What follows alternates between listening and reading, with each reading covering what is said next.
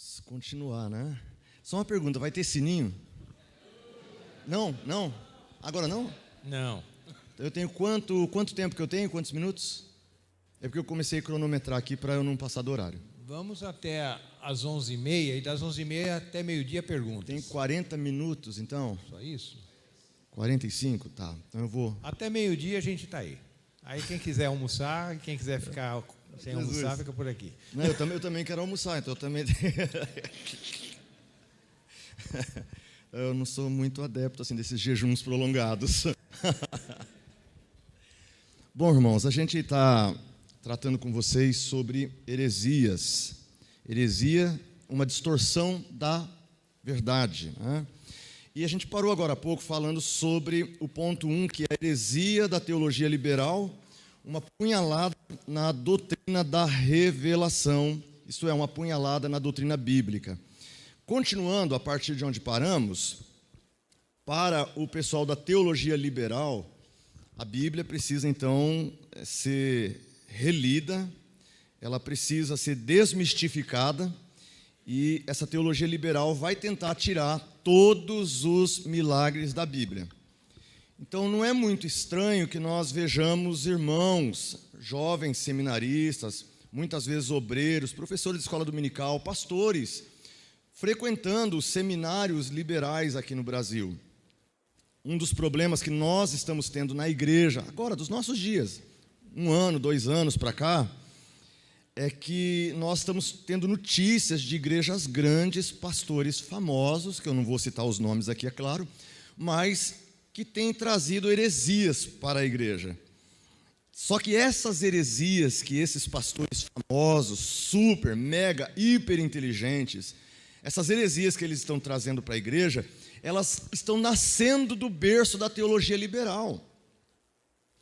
Elas estão nascendo de pastores, porque todos esses que andam aí abalando os alicerces da igreja nos últimos anos, todos eles estão num processo meio que de convalidação teológica. Pastor Rubens, o que é isso?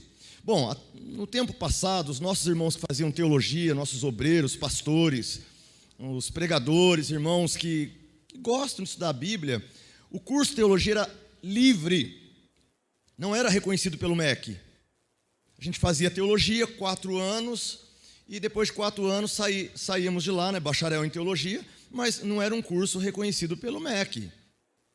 E nós tivemos bons pastores, bons teólogos na igreja por décadas. O que acontece é que agora há meio que uma exigência que o diploma do teólogo, do pastor, tem que ser convalidado, tem que ser reconhecido pelo MEC. Então eu, pastor Rubens, que me formei em teologia livre, isto é, num seminário sério, mas que não tinha reconhecimento pelo MEC, eu tenho que fazer convalidação. Então eu vou numa faculdade, aqui em São Paulo, por exemplo, eu vou numa faculdade e eu vou preencher uma carga horária, alguns módulos que me faltaram como exigência do MEC num curso reconhecido. Mas aqui é que está o problema. O pastor chega nesse seminário cheio de fé, chega ali bíblico, chega ali cheio de Deus na alma, no coração, chega ali cheio de esperança, agora eu vou convalidar meu diploma, vou ter lá o carimbinho do MEC, e aí vou ser um teólogo reconhecido. A gente quer isso. Quem é que não quer? Bom, se você perguntar quem é que não quer, está aqui um. Eu não quero. Pastor, mas você não quer um curso reconhecido pelo MEC? Não. Deus que me livre. Deus que me livre. Deus que me livre de um curso reconhecido pelo MEC. Estou falando de teologia, tá, irmãos? Não estou falando de outras áreas, não. Por que eu estou falando isso? Porque a partir do curso reconhecido pelo MEC é exigência. Tantos professores têm que ter mestrado num curso para bacharel em teologia, tantos professores têm que ter doutorado, a biblioteca tem que ter uma carga de volume de livros, há algumas exigências, o seminário não pode dar dogmática, isto é, a doutrina da igreja. Dogmática é o que a igreja crê. O que a Batista crê? A Batista crê nisso, naquilo outro. Isso é a dogmática da igreja. Se for uma adventista, eles não crêem do mesmo jeito. A dogmática deles é outra, tem que guardar sábado, não pode comer carne de porco, essas coisas aí. Dogmática da igreja. Qual que é a dogmática da CCB, da Cristã do Brasil? Você tem que usar o véu, é a dogmática deles, é o dogma da igreja. É como eles creem. Para você fazer um curso de teologia reconhecido pelo MEC hoje, não pode ter dogmática. Você não pode, eu monto um curso, um seminário, vou dar aula, e não posso dar dogmática. Por quê? Porque tem um cara da Assembleia de Deus que vem fazer curso comigo e ele não precisa engolir o meu calvinismo. Então eu não posso colocar as doutrinas da Batista num seminário, porque o homem da Assembleia de Deus não quer aprender teologia da Batista, a doutrina da Batista. Entende isso? Você vai numa faculdade adventista, você não quer ir lá para aprender a guardar sábado. Você não quer isso, não é isso que você quer. Você quer se formar em teologia. Então o seminário que se preza, que é reconhecido pelo MEC, não vai dar teologia dogmática. E com isso, irmãos, a gente começa a ter nas nossas instituições, por exemplo, a Igreja Batista tem seminário batista. A Igreja Presbiteriana tem seminário presbiteriano, tem Mackenzie, tal. Todo mundo tem lá, as igrejas históricas têm seminários. E tem dogmática. Tem dogmática, você vai aprender o dogma, a doutrina, o ensino da sua igreja. Você vai formar um pastor batista, aquele saia de lá um pastor batista, e não um pastor adventista. Você vai formar ele a sair de lá um pastor batista, e não um pastor assembleiano. Isso é o dogma da sua igreja, a teologia dogmática. O MEC não aceita mais.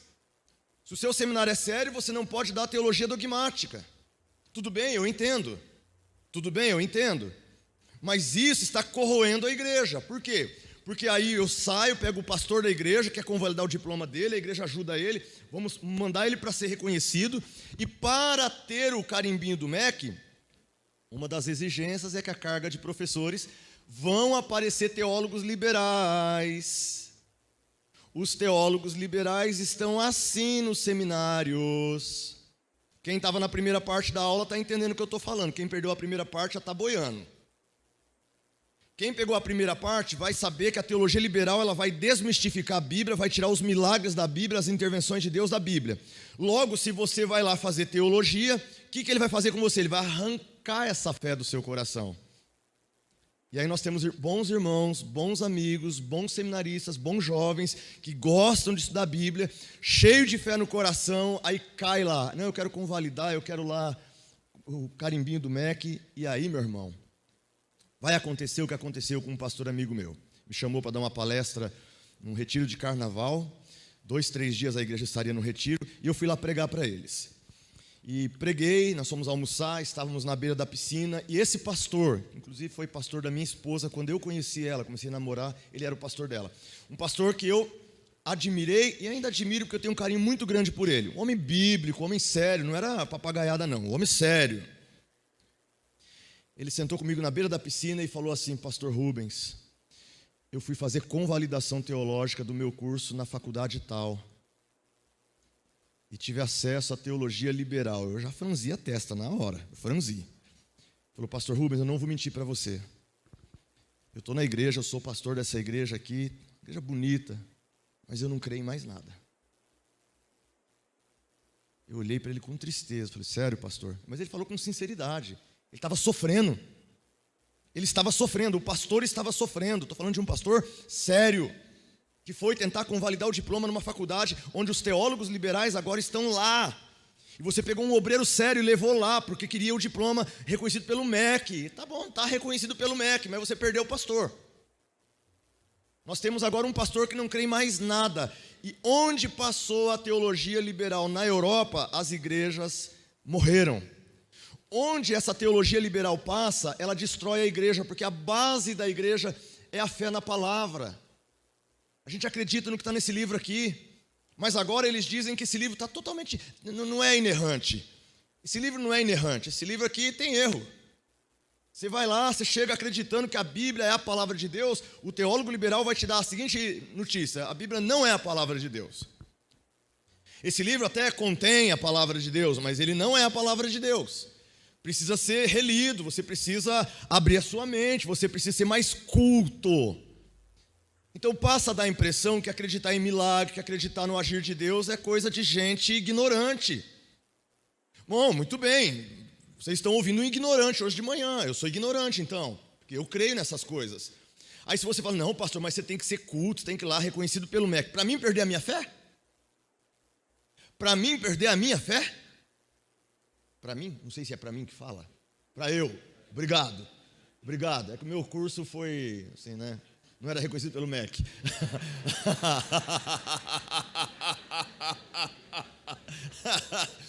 Que os nossos problemas fossem o mim, nós foi, nós vai, nós fumo. Que nosso problema fosse isso. O nosso problema é mais sério, irmãos. A gente está perdendo, não é a língua portuguesa, nós estamos perdendo a fé. Nós estamos perdendo a fé, porque esses teólogos liberais estão nos ensinando que a Bíblia está cheia de erros. Bom, aí, perto da minha casa, eu moro em Diadema. Próximo à minha casa existe uma grande universidade aqui de São Paulo. Próximo à minha casa, coisa de 3 quilômetros. Uma das grandes universidades de São Paulo, famosíssima. Não vou citar o nome, é claro. Está gravando, não vou levar processo à toa. Mas os últimos pastores que têm dado notícias para a igreja aqui em São Paulo, que têm assustado a gente, todos eles foram fazer sua convalidação teológica nessa faculdade perto da minha casa, que é uma universidade de teologia liberal. Então, lá na cadeira de ciências da religião, onde esses pastores foram fazer, tanto o pastor Batista quanto o outro de uma outra igreja aí, foram fazer convalidação teológica lá e fazer o seu mestrado em ciências da religião. Um deles, eu era membro da igreja dele quando ele foi fazer a convalidação e o mestrado dele. Estava lá, o coordenador dele era Jung Mosung, da PUC. E numa das aulas, irmãos, isso aqui é coisa grave, terrível. Numa das aulas, ele chegou a falar o seguinte, curso de mestrado para pastores. Ele disse o seguinte, as pessoas não entendem que esse Espírito Santo que vem sobre a igreja, seja a igreja tradicional, ou como os pentecostais dizem, o Espírito Santo que desce sobre eles lá, o pessoal não entende que esse é o mesmo Espírito que desce lá no terreiro, que desce lá no candomblé, é o mesmo Espírito. É o mesmo Espírito, é que eles são tão ignorantes que eles não conseguem discernir uma coisa da outra, é o mesmo Espírito. A aula de mestrado de ciências da religião. Aí você tem lá um pastor, sério, pregador, bom, famoso aqui em São Paulo, ouvindo um negócio desse. E vai ouvindo, e vai ouvindo, e vai ouvindo, e vai ouvindo. Passou uns dias, ele chegou na nossa igreja, eu era membro lá, e ele disse o seguinte, o futuro está em aberto e Deus não conhece o futuro. Na pregação dele, Deus não conhece o futuro. Chama-se teísmo aberto, para os que querem estudar teologia um pouco mais profunda, né? Profunda, mas colocar o alimento mais alto, né? Eu preciso colocar o alimento baixo aqui. Teísmo aberto. Deus não conhece o futuro. Deus está escrevendo a história conosco. A onisciência, a presciência de Deus foi jogada no lixo. A Bíblia diz que Deus é onisciente, que é presciente. Mas ele diz, não, Deus não conhece o futuro. Ele diz lá para Jonas, você vai lá pregar em Nínive, se eles aceitarem, eu salvo eles, se eles não se arrepender, eu mato eles. Mas nem eu, Deus, sei o que vai acontecer. Depende deles. Então vai lá, vamos ver o que vai dar. Deus está com Jonas esperando o que vai dar. Aí Deus olhou e falou, eles se arrependeram, então eu não vou destruir a cidade. Mas Deus dependia que eles respondessem para ele saber o que ele ia fazer. O pastor subiu no púlpito e pregou isso. Heresia. Deus não conhece o futuro. Passou alguns dias, e ele está lá no mestrado dele. Passaram alguns dias e ele disse para a igreja. Aí eu já não estava mais lá porque eu caí fora rápido, a gente é ligeiro. Ele disse assim, Jesus não voltará. Pastor de uma grande igreja. 3, 4 mil pessoas sentadas. Minha igreja, eu congregava. Ele prega e diz assim, Jesus não volta. Chama-se em teologia horizonte utópico. Coloca no caderno e vai pesquisar o que é horizonte utópico. Horizonte utópico é aquilo que você faz quando você está indo para o interior, viajar, ver lá seus pais, sua família. Eu, pessoalmente, vou para o Paraná e quando a gente vai sempre, né, Jerusalém, as descidas e as subidas, o sol pega de frente, né? Pega na cara mesmo aqui. Então você está aqui na pista, você vai descer e você vê que na subida, você olha lá na ponta da pista, o sol está lá na ponta. Quem sabe do que eu estou falando aqui? Você está dirigindo, está lá na ponta, você diz, vou chegar lá. Daqui 1 minuto eu estou lá, vou descer o carro e vou subir, chegou lá, cheguei lá. Não, o sol está lá na outra ponta. Então eu tenho que descer de novo, mas vou chegar lá. Quando você chega lá, chegou no sol? Não, o sol está lá na outra ponta. E você vai descendo com a expectativa, vou chegar lá. Você desce, mas sobe com a expectativa, vou chegar lá. Você desce, mas vou com a expectativa, vou chegar lá. Horizonte utópico. Utopia é algo que é irreal. Horizonte utópico é irreal, você nunca vai chegar lá.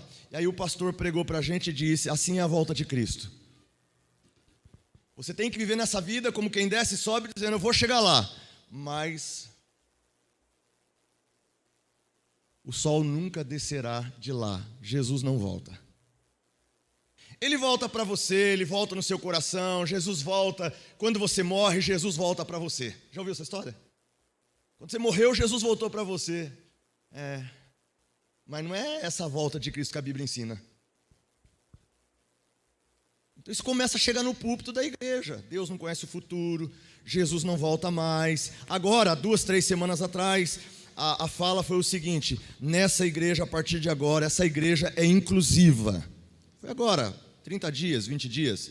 Nossa igreja agora é inclusiva. Aqui, palavras do pastor, aqui homossexualidade não será mais tido como pecado, apenas como uma expressão da nossa sexualidade. Aqui na nossa igreja, homossexualidade não é mais pecado. A pergunta é: aqui na nossa igreja não é mais pecado, e aqui nesse livro? Nesse livro então tem um problema. A nossa igreja é uma coisa, esse livro outro. Então, só tem um jeito: esse livro precisa ser corrigido. Esse livro, a leitura está errada. Não somos nós que estamos errados, é o livro. Nós estamos vivendo isso nos dias enquanto estou pregando aqui hoje. A Bíblia diz uma coisa, o púlpito está dizendo outra. A Bíblia diz uma coisa, os pastores estão dizendo outra. E aí, você vai mostrar na Bíblia, eles dizem: não, mas você precisa aprender a ler a Bíblia. Já já eu falo um pouquinho mais sobre essa questão. Outra heresia, a heresia da paternidade universal de Deus. A heresia da paternidade universal de Deus é uma facada na doutrina da adoção. Você achou que eu ia vir aqui para falar de dente de ouro, para falar dos neopentecostais? Bobinho. O problema é aqui com a gente, a igreja tradicional, a igreja histórica, aí você está chegando. A doutrina da paternidade universal de Deus é uma heresia. Por que digo isso? Porque recentemente, com a morte de alguns artistas, nem me refiro à morte do último, agora sexta-feira, famoso, me refiro a outras mortes de artistas famosos que fizeram filmes engraçados de comédia, ou a cantoras de música brega, que o avião cai e a menina morre, jovem, ali 5 pessoas morrem, uma comoção na igreja. Uma comoção, porque a menina morreu, o avião caiu, o outro porque teve câncer, o outro porque não sei o que lá, a charge, os desenhos. A menina está cantando agora as músicas brega dela lá no céu. Ela está no céu porque ela é uma filha de Deus. Na igreja, pastor, todo mundo é filho de Deus, pastor. Ela é uma filha de Deus, Deus ama seus filhos, ela está com certeza no céu. Aí morre o outro lá, do filme engraçado, dos filmes engraçados, ele e a mãe dele, eu e minha mãe não sei das quantas, 1, 2, 3, 4, sei lá como é que é o negócio. Aí tem uma prática sexual condenada pela Bíblia, mas a charge é ele subindo e contando as piadinhas imorais dele para Jesus, e Jesus caindo na gargalhada. Essa é a charge, o desenho animado que aparece na internet. Ou seja, por que ele está no céu? Porque ele é um filho de Deus, e todos somos filhos de Deus. Agora morreu um sexta-feira, com certeza está lá no céu fazendo o programa das 11h30. Algumas pessoas ficam constrangidas quando eu começo a citar situações assim. Pastor, você não está fazendo isso, pastor. Você está querendo dizer que essas pessoas... Eu não estou querendo dizer nada, meu filho, eu estou dizendo mesmo. Eu não sou homem de querer dizer nada não, eu sou de falar. O máximo que vocês podem fazer é nunca mais me trazer aqui. Mas eu sou de falar. Há uma confusão, há uma heresia no meio da igreja. As pessoas agora, por simpatia a esses personagens, que de fato eram pessoas simpáticas, não nego, pessoas engraçadas, fizeram filmes engraçados, mas teologia bíblica deixa claramente que não eram filhos de Deus. Criaturas sim. Na minha igreja, uma irmã me procurou há poucos dias e disse: pastor, o senhor quando fala as coisas assim, o senhor dá a impressão que as pessoas são diferentes umas das outras. Eu disse: são. Essa é uma das belezas do movimento puritano, da teologia puritana antiga, que era você aprender a fazer discriminação. Pastor, mas discriminação é uma palavra feia. Não, deixa de ser bobo, vai estudar a palavra. Hoje é usada como coisa ruim, mas a palavra discriminar significa distinguir, separar uma coisa da outra. A Bíblia diz, e outra vez vereis a diferença entre o justo e o ímpio. Você vai ver a diferença entre o que serve a Deus e o que não serve. Tem que ter uma diferença, tem que ter uma discriminação. Você tem que aprender a distinguir o justo do ímpio, o que vai para o céu e o que não vai para o céu. Tem uma diferença, tem que aprender a discriminar. A pregação precisa aprender a discriminar. Ensino precisa discriminar, separar, distinguir uma coisa da outra. Aí a irmã disse, o pastor fala como se as pessoas fossem diferentes. Eu falei, tem que ser. Não, mas o pastor fala como se as pessoas não fossem filhos de Deus. Eu falei, mas não são? Ai, credo, pastor. Todo mundo é filho de Deus, sim, pastor, o senhor é muito radical.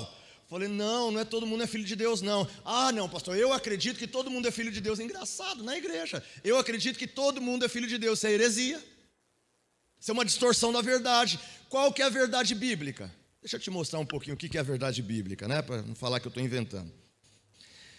A verdade é que os crentes são filhos adotados. A Bíblia nos ensina uma doutrina chamada adoção. Adoção, aqueles que vão ser tidos como filhos de Deus. Então começa assim, Romanos 9, verso 4.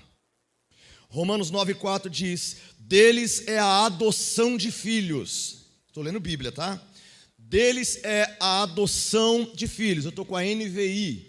Deles é a adoção de filhos. Ou não estou, tá bom? Se não bater aí é porque estamos usando outra.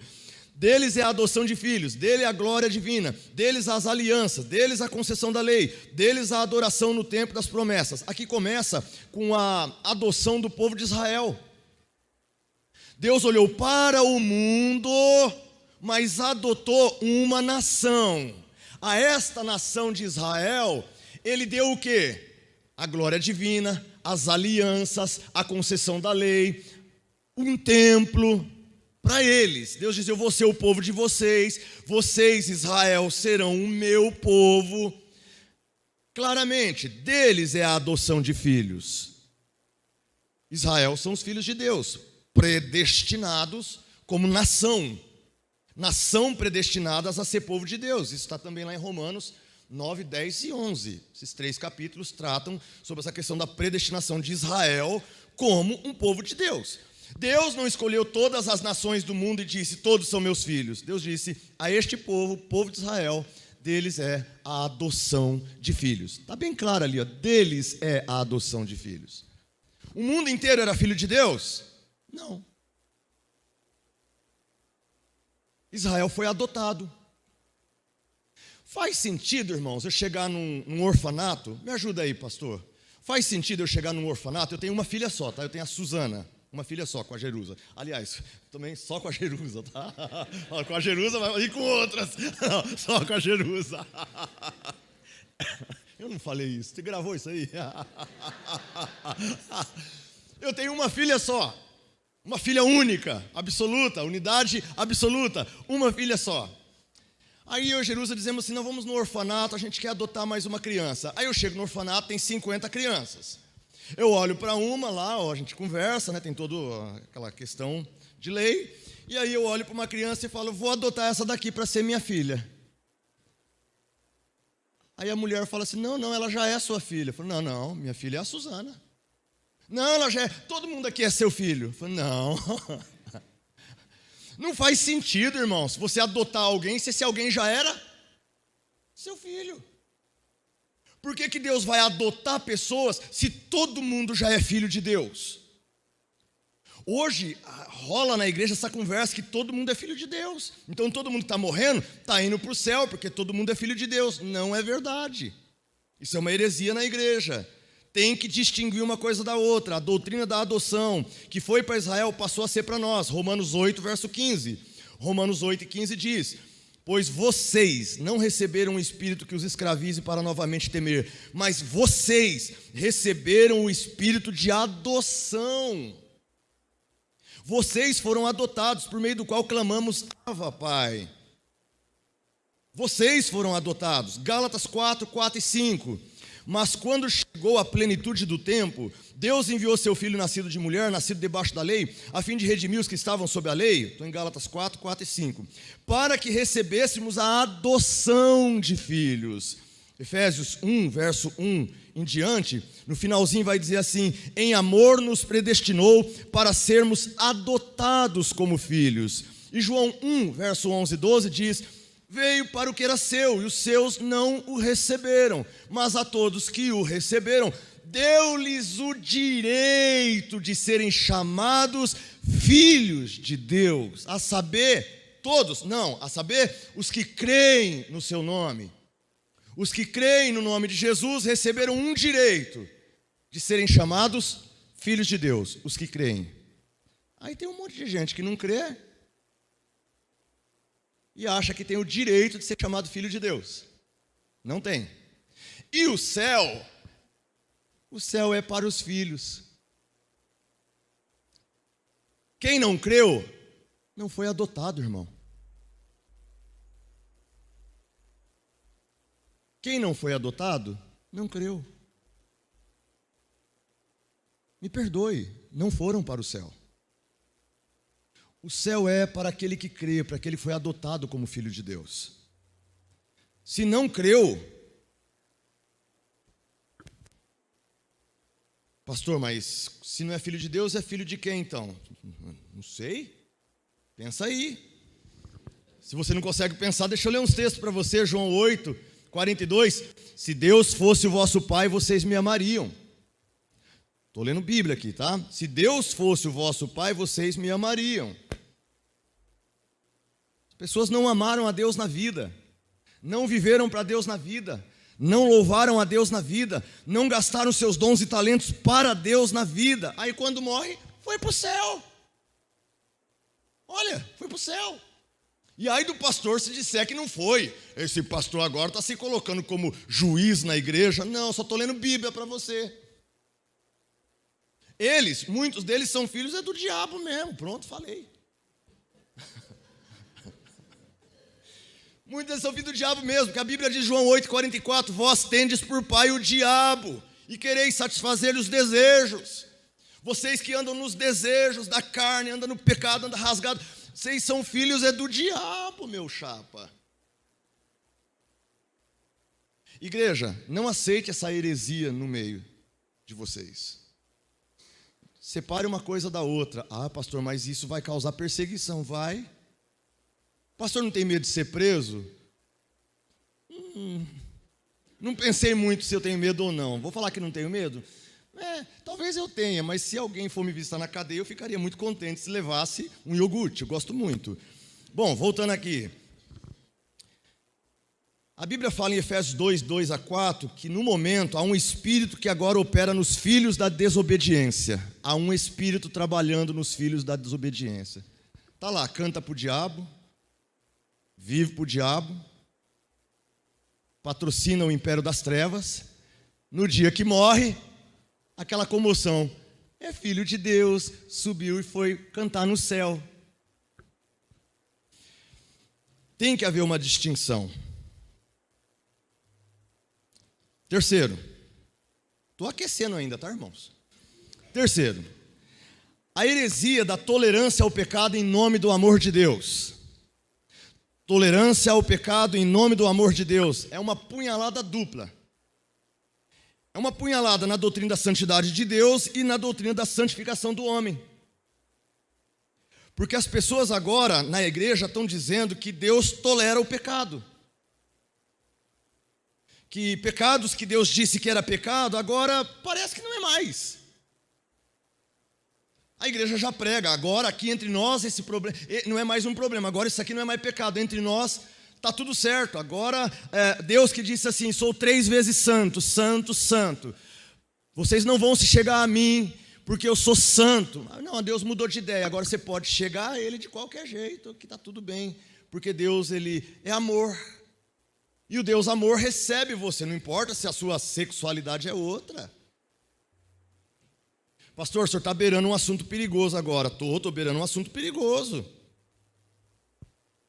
Mas eu tenho que tocar no assunto. Os dias que nós estamos vivendo na igreja, não estou falando do mundo não, estou falando da igreja. Quando eu toco em assunto de homossexualidade, irmãos, eu não estou falando do problema homossexual lá fora. Eu não estou falando sobre quem quer ser homossexual, não estou falando disso. Quer ter sua prática homossexual, tenha. Quer fazer o que você quer fazer, faça. Eu não tenho nada a ver com isso, é problema seu. Lá fora. Mas dentro da igreja, a conversa hoje é dentro da igreja. A heresia chegou dentro da igreja. Nós temos agora igrejas voltadas a ministérios homoafetivos. Nós temos agora pastores homoafetivos. Nós temos agora pastoras homoafetivas. Agora a Bíblia é utilizada para defender a prática homoafetiva. Deus é amor. Todos são filhos de Deus. Isso não pode ser pecado. E esses versículos que falam que é pecado, isso precisa ser relido pela teologia liberal. Então a pessoa faz a teologia liberal e dali a pouco começa a afirmar que isso não é pecado, aquilo não é pecado, aquilo não é pecado, todo mundo é filho de Deus, Deus é amor, vai salvar todo mundo, está tudo certo. Não é mais pecado, aqui agora Deus aceita. De repente tem alguém aqui hoje me olhando, ainda bem que alguns estão até de máscara, não dá para ver a sua cara, mas deve ter gente torcendo a cara já aí, viu, pastor? Ai, pastor, você trouxe nós aqui para um cara vir falar esse negócio, esse assunto é polêmico. Sim, eu vou ler para você Romanos 1:25. Trocaram a verdade de Deus pela mentira. Trocaram a verdade de Deus pela mentira. Adoraram e serviram a coisas criadas em lugar do Criador, que é bendito para sempre. Trocaram a verdade de Deus pela mentira. Onde que está acontecendo? Na igreja. A verdade de Deus é pecado. Trocaram por uma mentira. Não é pecado. Deus vai te receber porque você é filho de Deus. Você nasceu assim, Deus te fez assim, te criou assim, te levará ao céu assim. Ué, mas e se Deus que mandou Paulo escrever outra coisa aqui? Não, isso aí você precisa... Há uma jogada nas igrejas hoje para o pecado entrar, trocar a verdade de Deus pela mentira, ficar tudo como está, se morre vai todo mundo para o céu. Enfim, Deus é deixado de lado. Aí eu vou citar um outro versículo para vocês, que está em Jeremias 23, 13 e 14. Vou ler para você. Jeremias 23, 13 e 14 começa de uma maneira muito forte. Diz assim: entre os profetas, Jeremias 23, 13 e 14. Entre os profetas da Samaria, vi algo repugnante. É Deus falando. Eu vi entre os profetas, profeme, os que falam em lugar de Deus. Eu vi entre os profetas de Samaria algo repugnante. Eles profetizaram por Baal e desviaram a Israel. Eu, Deus, vi entre os profetas algo repugnante. Eles profetizaram em nome de outro, isto é, de Baal, e desviaram a Israel. E encorajaram os que praticam o mal, para que nenhum deles se converta da impiedade. Deixa eu traduzir para você bem fácil. Deus olhou e viu os pastores, os profetas, que quando viam a prática do mal, em vez de repreender o mal, chamar o mal de mal, chamar o pecado pelo nome, chamar pecado de pecado, Deus diz: eu vi algo triste e desagradável entre eles. Eles desviaram o povo, eles, os pastores, desviaram o povo e encorajam os que praticam o mal. Já imaginou isso? Você vem numa igreja esperando que o pastor, que o obreiro, que o professor da escola dominical tenha a coragem de falar a verdade de Deus como verdade de Deus. Mano, ele prefere trocar a verdade por uma mentira. Que eles tenham a hombridade, que eles tenham o calibre espiritual e a firmeza de dizer que o que é pecado continua sendo pecado. É o que Deus espera. Você vem na igreja para ouvir alguém falar a verdade, aí o profeta te desvia. Como que ele te desvia? Te encorajando a praticar o mal, para que nenhum deles se converta da sua impiedade. Ô pastor, já imaginou isso? Deus coloca um obreiro na igreja, em vez dele corrigir o mal, ele incentiva as pessoas para que elas não se convertam da impiedade. Homossexualidade é pecado? Pastor, sim, é pecado. E eu preciso dizer, é pecado.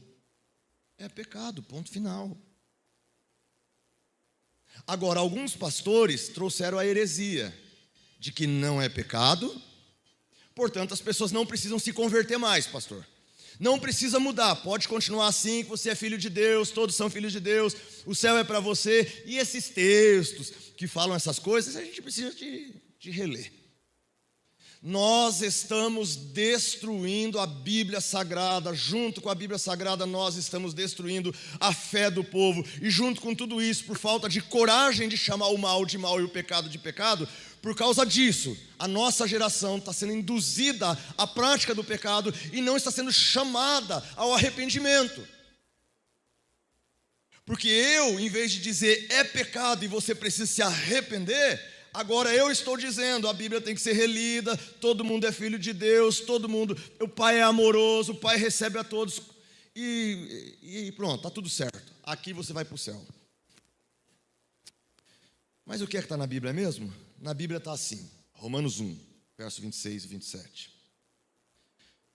Romanos 1, 26 e 27 diz assim, eu poderia ler o 24 e poderia ler o 28 também, mas não vou ler. O 26 e 27 diz, por causa disso, esse tipo de postura, por causa disso Deus os entregou.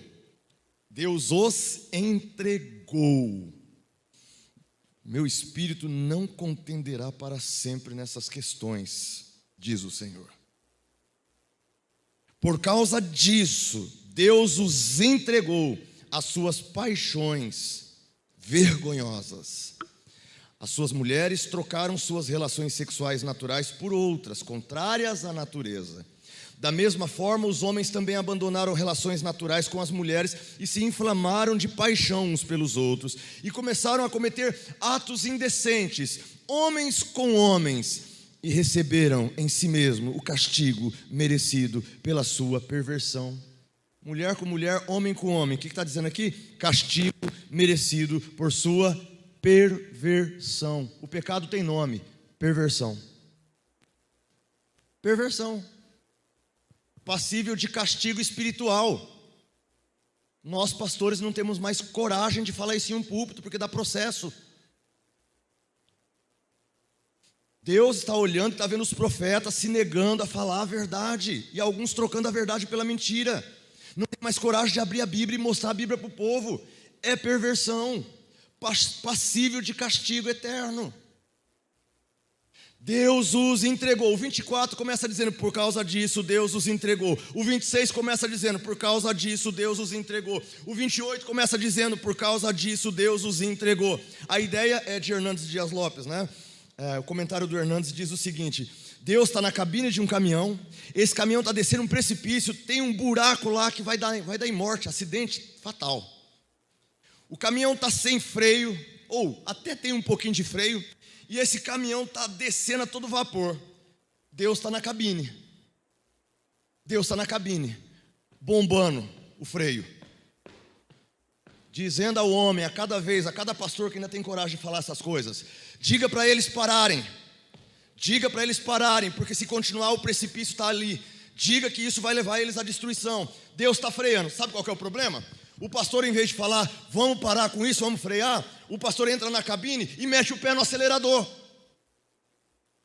Os obreiros chegam e metem o pé no acelerador. Aí Deus, quando vê os seus servos, em vez de ajudar as pessoas a frearem, os seus servos incentivando as pessoas a continuarem assim, 3 vezes Deus diz, estou saindo desse caminhão, estou saindo. Você quer se entregar à paixão vergonhosa? Você quer isso mesmo? Está sabendo que é passível de destruição? Estou freando, você quer continuar acelerando? Boa sorte para você, estou fora. Deus os entregou às suas paixões vergonhosas e disse, vá. Vá. A palavra de Deus é para barrar a gente no pecado, mas quando nós, na liderança de uma igreja, começamos a temer falar o pecado, chamar o pecado pelo nome, onde não há profecia, o povo se corrompe. Onde não há alguém com coragem de falar a verdade, as pessoas vão entrar na cabine da mentira e vão meter o pé no acelerador. Deus fala, é isso que você quer mesmo? Então vá. Pastor, isso é muito forte. Sim, deixa eu ler mais um versículo para fechar esse ponto aqui. 1 Coríntios 6, 9 a 11. Esse aqui é doído. Esse aqui é doído. Não foi eu que escrevi, viu, pastor? Só para avisar, não foi eu. Igreja, não foi eu que escrevi isso aqui, que a gente vai ler agora. Diz assim, 1 Coríntios 6, 9 a 11. Vocês não sabem que os perversos, a gente acabou de ler em Romanos, castigo merecido por sua perversão. Pega a palavra perversão. Agora olha a perversão. Vocês não sabem que os perversos não herdarão o reino de Deus? O pecado que é perversão não entra no reino de Deus. Vocês sabem que os perversos não herdarão o reino de Deus? Não se deixe enganar. Aliás, nem os imorais, nem idólatras, nem adúlteros, nem homossexuais passivos ou ativos. Algumas Bíblias essa é a NVI, algumas Bíblias diz nem os sodomitas, nem os efeminados, né? Alguém aqui tem essa versão, sodomita, efeminado? A irmã ali tem, né? Tem, mas sodomita é o ativo, por isso está ali homossexuais passivos ou ativos. O homossexual ativo é o sodomita, e o homossexual passivo, traduzido aí, é o efeminado. Lá no texto grego é malakos, tá em plural, né? Malakoi aqui no texto. Malakos, malakoi, e o sodomita é o que se chama aqui de arsenokoitai, coito, ato sexual arsenokoitai. É o que penetra e o que é penetrado. Esse texto está dizendo, não se deixe enganar, nem o imoral, nem o idólatra, nem o adúltero, nem o malakos malakoi, que é o passivo, efeminado, nem o arsenokoitai, que é o homossexual que penetra, nenhum deles entrarão, nem ladrão, nem avarento, nem alcoólatra, nem caluniador, nem trapaceiro, nenhum deles herdarão o reino de Deus, nenhum deles. A pergunta é, vai ter algum homoafetivo no céu? Não.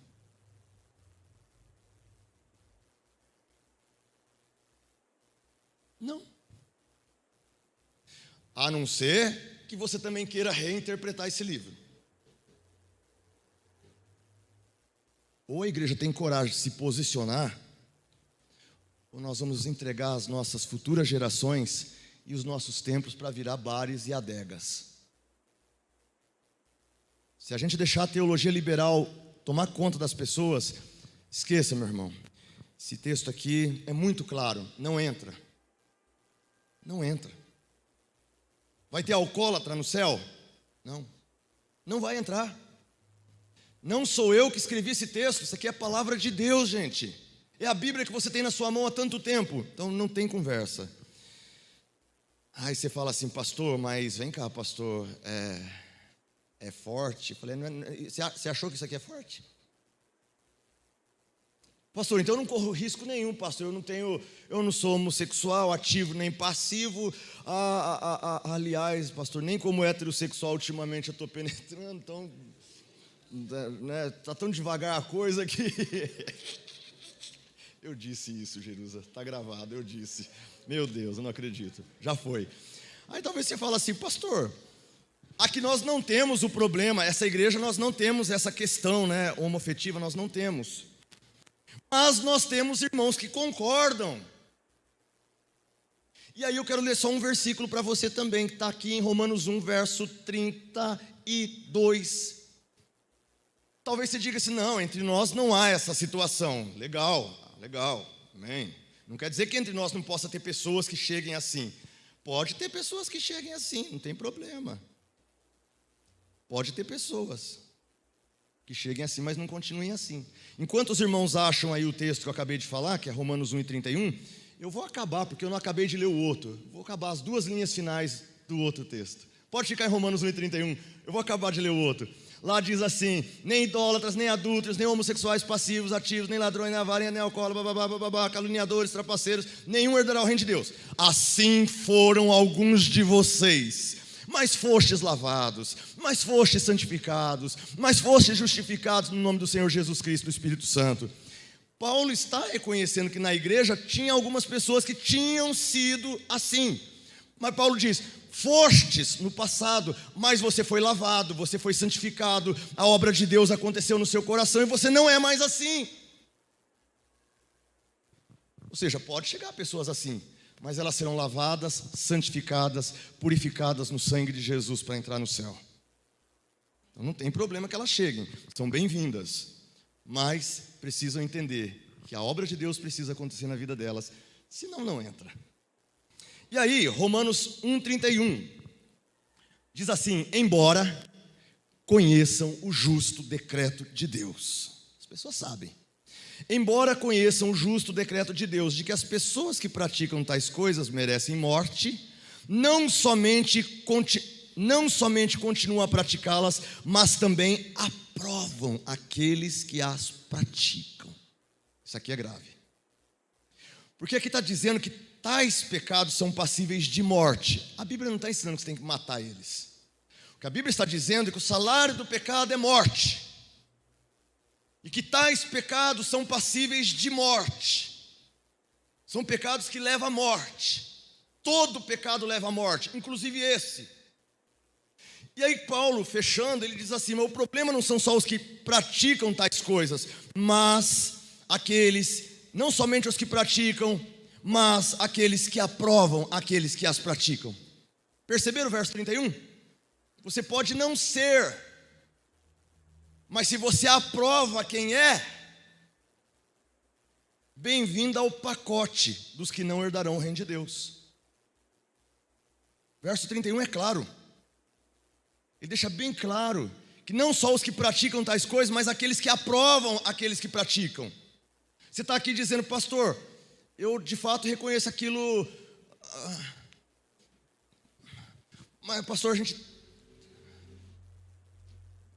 pastor, eu não sou, mas eu não sou tão radical assim também não, pastor, eu até aprovo. Então, meu irmão, então pega a mala e se prepara para o inferno.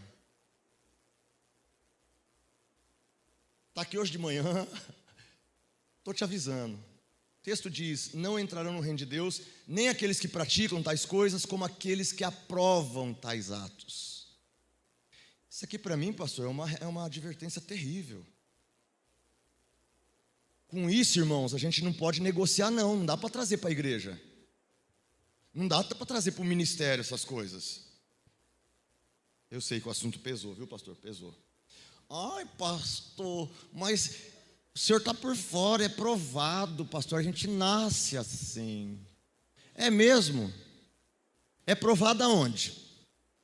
Ai, pastor, o senhor lê teologia, mas o senhor não lê biologia? Leio. O pastor nunca viu o estudo do NIHA3? Vi.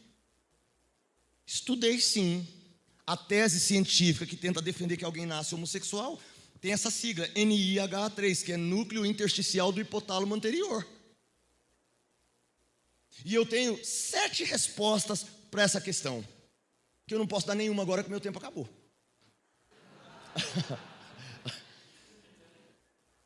A única tese que existe científica para provar que alguém nasce assim, ou seja, vamos colocar na conta de Deus, ele fez a pessoa nascer assim. É mesmo? Onde que diz isso? Não, a ciência prova. É mesmo? A ciência prova onde? Ah, tem estudos. Estudos, cita o nome. Quais? Quero ver se eu estou desatualizado. Vem para cima. Você está achando que eu comi merenda na escola? Eu estudei. Ó, parecia até uma Malafaia agora falando.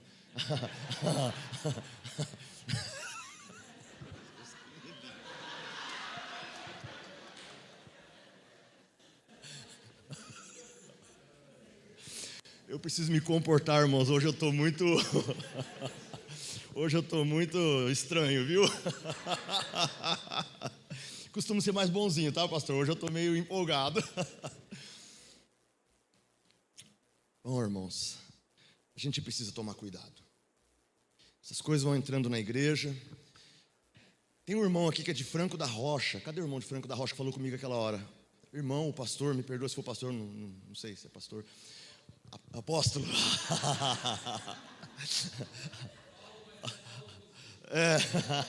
O irmão de Franco da Rocha. Eu estive em Franco da Rocha a última vez há 10 anos atrás. Eu lembro exatamente o dia que eu fui em Franco da Rocha. Sabe por quê? Foi o dia que eu dei uma palestra numa igreja adventista sobre homossexualidade, há 10 anos atrás. E o meu assunto era homossexualidade inativa, ou seja, a tese científica que tenta provar que pessoas nascem gays. Foi em Franco da Rocha, há 10 anos atrás, uma palestra de 3 horas de duração sobre esse tema. Há 10 anos atrás. Eu estou há anos, pastor, tentando ajudar a igreja a entender esse assunto. Mas agora está entrando na igreja que o amor de Deus está tudo certo, está entrando na igreja que todo mundo é filho de Deus, está tudo certo, está entrando na igreja que mesmo quem não é, precisa apoiar o pessoal que pratica, está entrando na igreja um monte de coisa aí, irmãos, as heresias estão aí. Está entrando que Deus fez as pessoas assim, isso é heresia. Como é que Deus faz assim, pastor? Depois ele diz, olha, e essa pessoa não vai entrar no meu reino. Como é que ele faz assim, adota todo mundo como filho? Tem algo muito estranho, não tem, irmã? Tem algo muito estranho, ou na Bíblia ou na gente. Sabe o que eu acho? Na gente. Na gente. Tem algo muito ruim acontecendo no coração dos crentes, modernos e pós-modernos. A gente está abaixando o nível da santidade de Deus, abaixando o nível da santificação pessoal. Como disse o irmão agora há pouco para mim aqui, pastor, a gente vai falar de santificação na igreja, o pessoal chama a gente de legalista. Se você chama a igreja santificação e diz, não é de qualquer jeito que sobe para o céu não, sem santificação, ninguém verá o Senhor. Ah, pastor, o pastor é da igreja da porta estreita demais. Meu convite nessa manhã, eu sei que o meu tempo acabou, mas o meu convite a vocês, fiquem firmes, irmãos, fiquem firmes. Eu não entrei na maioria das heresias modernas, eu não entrei, não dá tempo, em 2 horas não dá tempo. Só para o pastor entender, lá na minha igreja, na Batista Projeto Família, toda sexta-feira, há 8 anos, eu cheguei lá há 8 anos, toda sexta-feira, das 20 às 22 horas, das 8 às 10 horas da noite, toda sexta-feira eu pego o microfone e falo 2 horas, não tem louvor, não tem nada. Eu abro e eu fecho com oração. 2 horas de palavra, há 8 anos, na minha igreja, eu estou há 8 anos, toda sexta-feira, aquilo que eu chamo de CTL, Centro de Treinamento de Liderança. Eu chamo um pessoal da igreja, vem sentar comigo, vamos aqui conversar. Então eu sei os temas que eu já tratei ao longo dos anos e que precisaram muitas horas para amadurecer esse assunto. Porque o risco, pastor, da gente fazer muito rápido aqui, viu, irmão? O risco é que alguns irmãos olhem assim e falem, não, mas é muito radical. Não, mas não é bem assim não. O risco é de você pegar a coisa rápida demais. Hoje, aqui de manhã, está rápido demais. Isso aqui a gente precisa sentar, Nelson, com muito tempo, sem pressa. Continua a semana que vem, continua na outra, até formar uma mentalidade. Caso contrário, a gente fica aí ouvindo esses acéfalos. Que Deus nos ajude. Bom, o nosso tempo que o irmão me deu aqui já foi quase todo. Nós temos acho que 10, 15 minutos ali no relógio. Então, eu fiquei aqui no ponto de número 3. Eram 7. Para hoje eram 7. Eu fiquei no 3, eu queria falar sobre maldição hereditária. Eu queria falar sobre teologia da prosperidade. Queria falar de alguns assuntos a mais aí. Mas não tivemos tempo, né? E aí, pastor, tem maldição hereditária mesmo? Tem que quebrar maldição? O que é maldição? O que não é maldição? Que negócio é esse? Chegou lá na minha igreja, pastor, eu queria que o senhor fizesse uma quebra de maldição. Falei, é mesmo? Vou quebrar a tua cara. Você vem com esse negócio aí. Eu faço jiu-jitsu, você acha que a minha orelha está amassada do quê? Eu vou fazer... não me faz ficar nervoso não, irmão, pelo amor de Deus, fazer quebra de maldição. Pastor, porque lá na outra igreja me falaram que tem a maldição dos nomes, pastor. Meu nome significa uma coisa ruim, então eu preciso quebrar a maldição do meu nome. E aí, tem que quebrar a maldição mesmo? O que é maldição? Existe maldição hereditária? Quando Deus falou, eu sou Deus zeloso, que visita a maldade dos pais nos filhos, até a 3ª e 4ª geração daqueles que me aborrecem. Isso é maldição hereditária? Quando Deus pune os filhos por causa do pecado dos pais, isso é maldição hereditária? Porque está na Bíblia. O que é maldição? Uma irmã chegou para mim há pouco tempo na minha igreja. Pastor, nós vamos fazer aqui um culto de libertação. Eu falei, é mesmo, irmã? É mesmo, a irmã não estava o dia que eu preguei há 6 anos atrás aqui sobre libertação total ou parcial, né? A libertação é total ou é parcial? Quando você veio para Cristo, você foi liberto, mesmo o negócio é a prestação. Então a irmã não estava no ministério, não estava no dia que eu preguei e ensinei a igreja. Aí ela vai e me mete um culto de libertação na minha igreja, Igreja Batista. Eu fiquei quase endemoniado. Foi por pouco. Eu senti o cheiro da legião chegando. Eu falei, meu Deus do céu, o que é isso? Eu falei, pelo amor de Deus.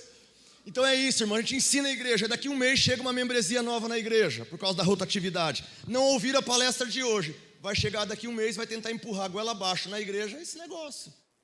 Então a gente tem que ter tempo, tem que ir devagarzinho. A irmã veio falar de maldição, eu falei, irmã, defina a maldição para mim primeiro, só me defina a maldição. Fala para mim o que é maldição, que eu vou saber, irmã, se a irmã vai quebrar, não vai quebrar, como é que quebra, onde é que quebra, se tem que fazer pacto em algum lugar, se tem que, sei lá, ir na igreja mais famosa do Brasil, se tem que ser oração de pastor, de apóstolo, tem que decidir esse negócio aí. O que é maldição, irmã? Ela, pastor, maldição como que eu posso dizer? Maldição é maldição. E a irmã vai fazer quebra de maldição na igreja, né? A irmã não sabe definir o que é maldição. Aí, pastor, a gente estuda a Bíblia, a gente vem falar na igreja, o pessoal fala, é radical, é isso, é aquilo, aquilo outro. Eu falei, irmão, a gente conhece a Bíblia. A gente sabe o que é a palavra anátema, ará, anatematizo, catara, cataraomai, que são as palavras que a Bíblia fala de maldição. A gente sabe definir o que é maldição. Jesus quebrou o que na cruz? A maldição, sim. Que maldição? Do quê? A gente sabe definir. Se você não sabe definir o que é maldição, fica difícil de falar o que é quebra de maldição. Então, estou jogando para vocês um pouquinho aqui do que é que teria pela frente se a gente tivesse mais tempo. Não temos mais tempo, então oremos a Deus para que um dia a gente possa retornar, quem sabe continuar, ou não, né? Ou não, o pastor deixa quieto, esses assuntos aí são polêmicos. Deixa para lá. Meu tempo aqui está exatamente em 55, então eu vou dar 5 minutos. Alguém quer fazer uma pergunta? Irmão, você vai dirigir essa parte aí? Sim. Alguém quer perguntar? Eu tinha preferência que ninguém perguntasse nada para eu poder ir para casa. Né? Perguntas objetivas, alguém tem? Se não tiver, eu agradeço, tá? Fico muito feliz. Eu preciso só de meia hora para responder qualquer uma. Ai, meu Deus, aqui na frente, irmão. Ai, Jesus, agora 50 levantou ao mesmo tempo. Quem levantou? Só quem levantou a mão? O irmão ali, a irmã Penha também? Só um pouquinho, uma pergunta bem objetiva. Amado, onde a gente pode ter a continuação sobre esse assunto ministrado pelo irmão? Eu acho que seria mais viável. Não sei se vai ter uma oportunidade para o irmão retornar ou não. É um assunto muito interessante. Bom, a pergunta do irmão acho que tem a ver com a possibilidade de eu continuar esse assunto, mas em outro lugar, de outra forma. Primeiro, eu vou deixar em aberto aqui, viu, Nelson? Vou deixar em aberto que a resposta para ele seja dada por você, o irmão aqui do ministério? Sim, mas é batista. Para a gente ver, quem sabe, Nelson, a possibilidade de a gente continuar esse assunto. Ele perguntou, a pergunta dele é como faz para continuar ouvindo isso daqui, os assuntos, né? Como fazer?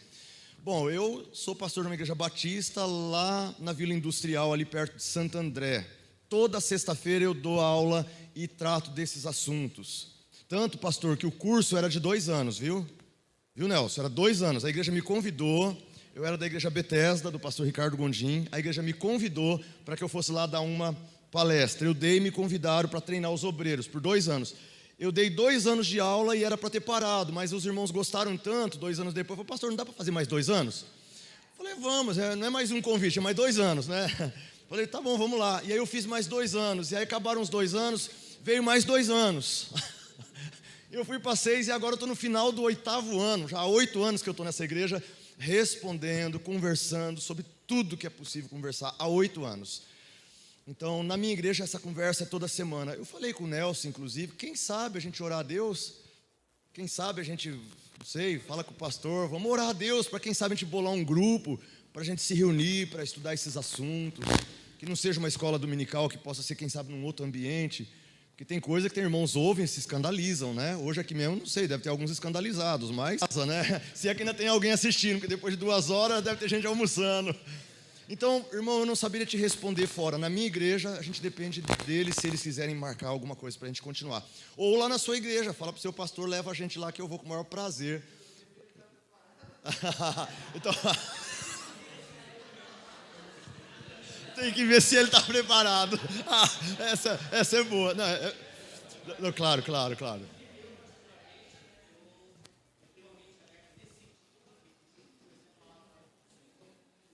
Sim. E não se deixar levar por qualquer coisa que você ouve e Sim. propagando. Então, eu particularmente, eu busco sempre as informações, obter, como diz, a gente ouve de tudo e pegar realmente aquilo que nos é bom. Isso. Entendeu? A gente brinca um pouquinho, tu também brinca bastante. Tá certo. Para descontrair, mas é algo sério que as igrejas hoje em dia precisam muito ouvir a palavra do Senhor como realmente ela é. Amém. E cada um escolher o que quer dela realmente, né? Amém. É isso, irmãos. A gente precisa falar com seriedade, mas ao mesmo tempo, não sei se vocês perceberam, é um ambiente leve. Ninguém aqui é ferro e fogo, a gente tem a leveza para brincar, para sorrir junto com os irmãos, abraçar, não tem problema, tá? Só que o assunto é um assunto sério. A gente tem leveza para tratar, mas o que é pecado tem que ser chamado de pecado. A hora que a gente mudar de ideia, prepara para ir para o lado esquerdo. À direita, Jesus. Ah, pastor, mas é muito pesado, pastor. Aqui, olha para mim, todo mundo, dá uma olhadinha no meu. Olha para mim. Pesado não é um pastor vir aqui falar que tais pessoas não entrarão no reino de Deus. Isso não é pesado. Isso não é pesado. Sabe o que é pesado? É você estar na frente de Jesus no último dia, Ele pôr você à esquerda e falar: apartai-vos de mim, malditos, para o fogo eterno, preparado para o diabo e seus anjos. Eu acho que isso é duro de ouvir. Isso é duro de ouvir. O que eu disse nessa manhã aqui, por favor, não teve nada duro aqui. Nada duro. Você achou que eu fui pesado? Você não viu ainda quando Jesus fala. Você não vai querer ouvir ele falar: apartai-vos de mim, maldito. Então, irmão, temos que corrigir, não tem jeito. E se tiver que pagar um preço, a gente tem que ser como a igreja antiga. Se tiver que pagar um preço, meu pastor, vamos pagar. Se tiver que levar processo, vamos pagar. Pelo amor de Deus, os mártires não morreram porque mudaram de ideia. Os mártires morreram porque defenderam a verdade na história da igreja. Tá bom? Outra pergunta? Aqui. Pastor, a gente sabe que esse tipo de heresia são heresias mais abertas, né? Onde as pessoas expõem de forma... isso aqui a gente consegue perceber. Só que tem muitos pregadores que conseguem mesclar a verdade com a mentira. E aí como que a gente faz para distinguir quem são esses? Tipo, que eles misturam um pouco da verdade com a mentira. E algumas pessoas não conseguem perceber isso. A pergunta é muito boa pergunta. A Bíblia fala que nos últimos tempos, Satanás faria descer fogo do céu. Se possível, ele enganaria até os escolhidos. Se possível, ele enganaria até os escolhidos. Mas veja bem, se possível, não é possível. Não é possível enganar os escolhidos. Sabe por quê? Porque os escolhidos conhecem a palavra. Os escolhidos conhecem a palavra, os escolhidos estudam a palavra, os escolhidos vivem na palavra, meditam na palavra de dia e de noite. Os escolhidos, a igreja dos escolhidos é uma igreja bíblica. E aí, irmão, a única forma de você distinguir a verdade da mentira é você conhecendo a palavra. Não vem escrito na cara assim, a metade é verdade, a metade é mentira. Vocês sabem que existe mentira, mentira, mentira, verdade, verdade, verdade, verdade, mentira. São 4 ângulos. Mentira, mentira. A pessoa começou com um engano, você percebeu já de cara que era um engano e terminou com o engano, do começo ao fim. Mas às vezes a pessoa começa com mentira, verdade. Ela começa com a mentira e termina com uma verdade. Você diz, no começo falou errado, mas no final estava certo. Já aqueles que começam com a verdade e terminam com a verdade, foi do começo ao fim, verdade pura. E há aqueles que começam com a verdade, mas terminam com uma mentira. Então são 4 variantes aí. Para você detectar isso, irmão, você tem que conhecer a palavra de Deus. Não tem jeito. Pastor, como é que eu faço para conhecer a palavra de Deus? Estude. Na academia onde faço jiu-jitsu, o nosso mestre, o pai do meu sensei, 8º grau na faixa preta, ele ensina posições e ele diz, estude.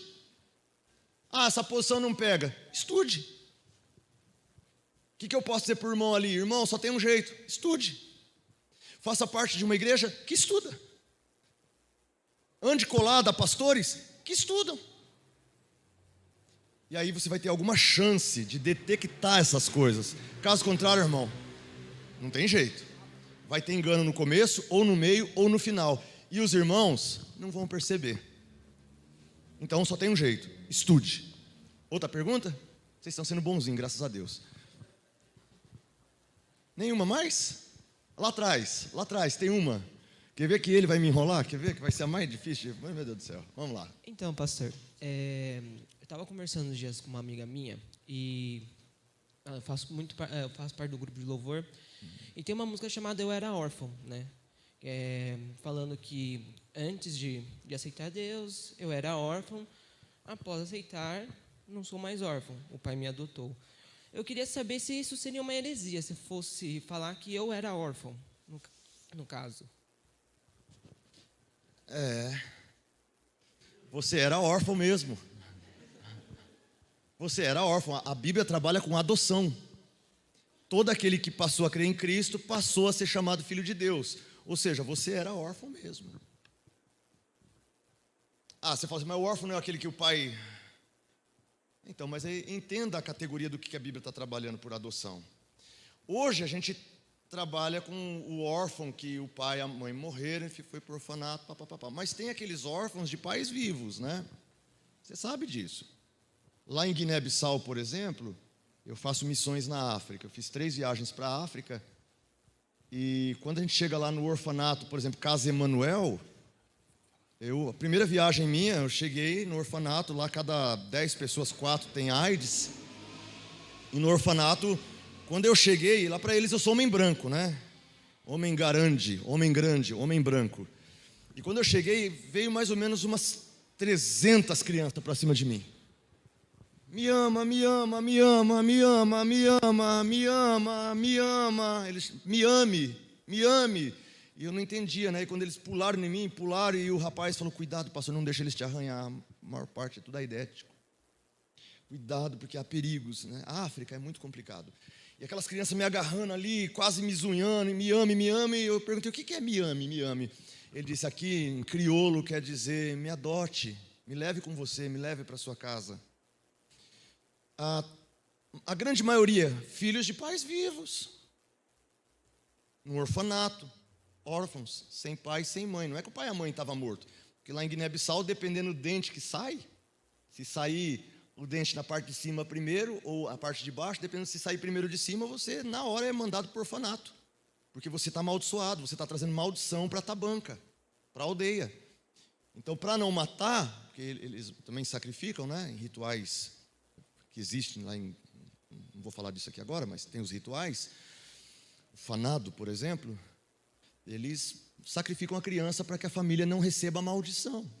Então a irmã Isabel, a missionária Isabel, que chegou lá acho que 30 anos atrás, ela abriu um orfanato para que essas crianças não morressem. Então, o órfão não é de pai morto, não quer dizer que nosso pai Deus, entende? É um problema técnico de pronúncia. Mas a linguagem nós estávamos órfãos, sem um pai espiritual, sem um pai divino, sem um pai salvador, nós estávamos órfãos. Éramos filhos do diabo, mas fomos adotados. Então não está errado a expressão. Agora eu tenho que confessar por irmão, eu não conheço a letra do hino. Eu não sei a letra toda como é que está, mas falar que eu era órfão e que eu fui adotado, está correto. Está corretíssimo, a gente acabou de ver isso hoje na doutrina da adoção. É a falta de conhecer as doutrinas da Bíblia que tem trazido... obrigado por tocar no assunto da música, porque um dos problemas que nós temos na igreja hoje é com a música. A música é feita para vender, a música é feita para ganhar prêmios. Ela não é mais feita para adorar a Deus. E os músicos, a grande maioria, os que fazem as letras, eles não são assim... muito bíblicos, sabe? Então a teologia da música é muito fraca. Você vê música aí fazendo letras que são heresias puras. Eu prego em um monte de igreja, o pessoal canta heresia na hora que eu estou lá, e a hora que eu subo, eu falo, irmão, essa letra aqui está errada. Eles cantaram aqui, é heresia. Aí tem uns irmãos que nunca mais chamam. Então eu já sei que tem igreja que eu vou, que eu só vou falar uma vez. Hoje de manhã, não sei porque, eu estou numa dúvida cruel. Brincadeira. Obrigado da pergunta, irmão. Nós temos que resolver o problema da teologia da música. Muitas heresias nas letras. A grande maioria tem erros bíblicos. Mas o problema é que a gente não quer cantar hinos antigos. Nos hinos antigos nós tínhamos teólogos que faziam as letras. Mas a gente não quer cantar hino velho. Velho é ser velho, né? Eu não sei o que os irmãos têm contra velho. O velho já foi jovem, o jovem será velho. Mais alguma pergunta? Sim, irmão. A gente canta hino velho também, irmão. E a gente canta. Uma pergunta de uma pessoa que está assistindo, é a Suelen. Ela ouviu o senhor falando que tem até pelo menos 7 respostas sobre a NIHA3. Sim. Ela queria que o senhor desse pelo menos 1 ou 2 sobre esse assunto do homossexualismo. Homossexualidade, né? Tá bom. É Suelen, né? Suelen, ela está assistindo agora. Me quebrou, filha, você me quebrou. Já era meu almoço. Bom almoço para vocês aí, Suelen. Bom, na verdade, eu espero poder tratar disso de uma forma mais abrangente. Mas o estudo do núcleo intersticial do hipotálamo anterior, ele é uma pesquisa que foi feita em 48 cadáveres. O número aqui de cabeça eu não tenho exato, eu preciso de fato da palestra aqui disponível para os irmãos. Mas eram pessoas que morreram e os corpos foram estudados, foi aberto o cérebro, e naqueles gominhos do cérebro, houve um estudo numa região chamada hipotálamo. E essa região do hipotálamo é, de acordo com os cientistas, a região que tem a ver com a nossa sexualidade. E o médico, o doutor que criou a tese do NIHA3, ele criou a tese seguinte, que no estudo dele, dos 48 corpos, ele verificou que os corpos que ali estavam e eram homossexuais, ele percebeu que havia algo assim diminuto, uma diminuição no hipotálamo, na área do hipotálamo, responsável por sexo. Então ele acredita na diminuição do hipotálamo de um homossexual. Geneticamente parece que o hipotálamo dele tem uma alteração. Então, aquele que tem um hipotálamo, vou colocar maior, menor, mas não é a linguagem técnica. Aquele que tem um hipotálamo um pouquinho maior, ou seja, não é diminuto, é o heterossexual. Aqueles que são homossexuais, ao examinar o cérebro deles, o hipotálamo era diminuto. É uma questão genética, da formação do cérebro, do hipotálamo. E vocês sabem, né, não precisa ser médico aqui, vocês sabem que o hipotálamo é, de fato, responsável por sexualidade. Porém, uma das respostas que eu costumo dar ao estudo do hipotálamo é: o hipotálamo, ele determina intensidade de desejo sexual e não tipo diferente de sexo. O hipotálamo, ele determina o tanto de desejo que uma pessoa tem de sexo e não o tipo de... se ele vai ser gay ou não. O hipotálamo maior, um campo maior, quimicamente falando, um campo maior na região hipotálamica, um campo maior significa que você tem mais desejo. Não está provado na ciência que isso determina a sexualidade. Determina o impulso sexual. Por exemplo, quem que não sabe que as nossas mulheres têm o hipotálamo bem menorzinho? É desejo de sexo, para quem não sabe. Ai, pastor, casei com uma mulher fria. Não, meu filho, é normal, é da mulher. O hipotálamo, a zona do cérebro dela que dá estímulo a sexo, não é como o nosso, né? Imagina aí que essa região do hipotálamo da mulher é um carocinho de feijão, imagina. O desejo sexual dela está ali, um carocinho de feijão. Nós, homens, o nosso hipotálamo é tamanho de uma bola de capotão. A gente é quase que o cérebro inteiro de hipotálamo. Aí a irmã fala: pastor, casei com um tarado. Não, filha, você casou com um homem de verdade. Pastor, mas o homem quer todo dia sim, tá certinho ele, tá certinho. Você, Cláudio Duarte agora aqui, tá certinho ele, minha filha. tá certinho, é isso mesmo, Deus fez ele assim, para ter muito desejo. É a região do hipotálamo dele. Então, repito, o hipotálamo é reconhecido no mundo inteiro como uma região que dá intensidade e desejo sexual mas não determina se você vai ser homossexual. Isso não é provado cientificamente. Porque o camarada pega, é o que a gente está falando agora, viu, irmão? Pega uma informação verdadeira, hipotálamo tem a ver com sexualidade, transforma isso numa informação falsa, que o hipotálamo determina o tipo de sexo que você vai gostar. Tem que começar com a verdade e terminar com a verdade. O médico lá começou com uma verdade e terminou com uma mentira. Outra resposta que eu daria para a nossa irmã lá é que, vou pegar só um exemplo aqui, 30 dos 48, 30 era homossexual, 18 era heterossexual. 30 homossexual, 18 heterossexual. Se o hipotálamo maior é do heterossexual, dos 18, e se o hipotálamo menor é do homossexual, isso seria a causa genética dele ser homossexual, é que o hipotálamo dele é diminuto, o núcleo intersticial dele é diminuto. Então a pergunta para vocês, 30 homossexual, 18 heterossexual, você já entendeu essa parte? Dos 30 homossexuais, todos, ou melhor, quantos dos 30 tem que ter o hipotálamo diminuto? Quantos? 30 homossexual. Todos têm que ter o hipotálamo diminuto se você quer provar tal tese científica.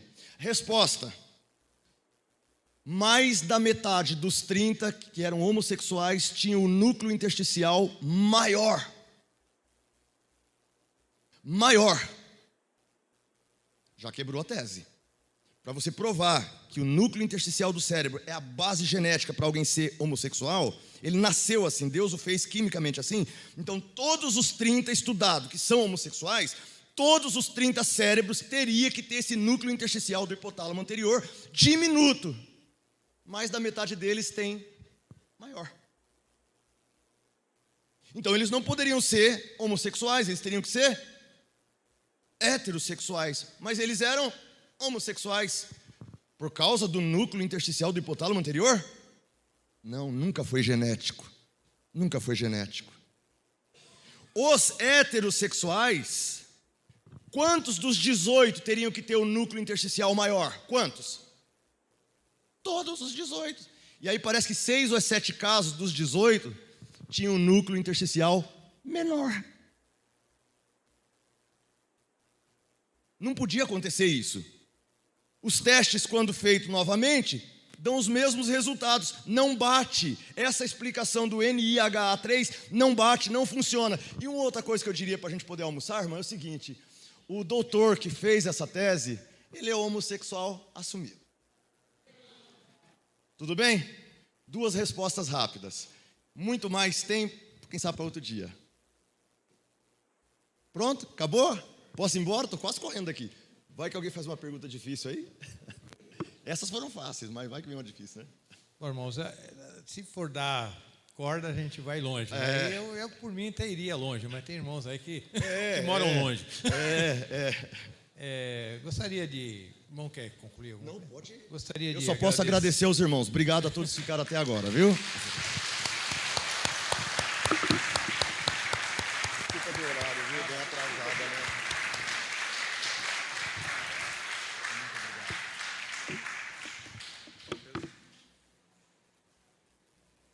Pelos aplausos, acho que não querer ser de morte aí, hein?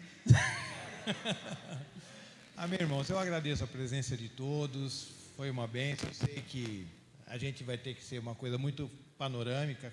Qualquer tema que nós trouxéssemos um tema só, seria panorâmico, mas a verdade é para colocar mesmo um gostinho na boca de todos nós, né? Um melzinho na boca de todo mundo. E nós agradecemos de todo o coração ao pastor Rubens e já estão me cobrando aí qual vai ser a próxima e tal. Esse domingo que vem está de novo e tal. Mas nós estamos orando a Deus para a gente fazer uma parceria com o irmão. Estamos conversando com o pastor, então estamos em oração em relação a isso. Amém, irmãos? Então vamos ficar em pé, vamos terminar com uma oração. E hoje às 19 horas, como o pastor já falou, nós teremos a ceia do Senhor. E aguardamos todos os irmãos. Sim, Pai, nós te damos graças, ó Deus, por essa manhã. Te damos graças por tudo que o Senhor fez, ó Pai, falou nesta manhã através do seu servo. Que os nossos corações, ó Deus, possam ter sido tocados e possam estar sendo tratados pela Tua palavra. Muito obrigado, Pai, que o Senhor conhece as nossas deficiências, a nossa ignorância com relação aos temas, ó Deus, importantes e pertinentes da Tua Palavra, mas nós temos coração, Pai, nós temos desejo, nós queremos mais do Senhor, nós queremos ser libertos pela Sua Palavra. Muito obrigado pela vida do pastor Rubens, continue operando na vida dele, na sua casa, sua família, ó Deus, dando graça, dando recursos, ó Pai, para que ele possa estar desenvolvendo o seu ministério. Muito obrigado, ó Pai, por cada irmão presente, que saiam daqui edificados, ó Deus, para a glória e louvor do seu nome, em nome de Jesus.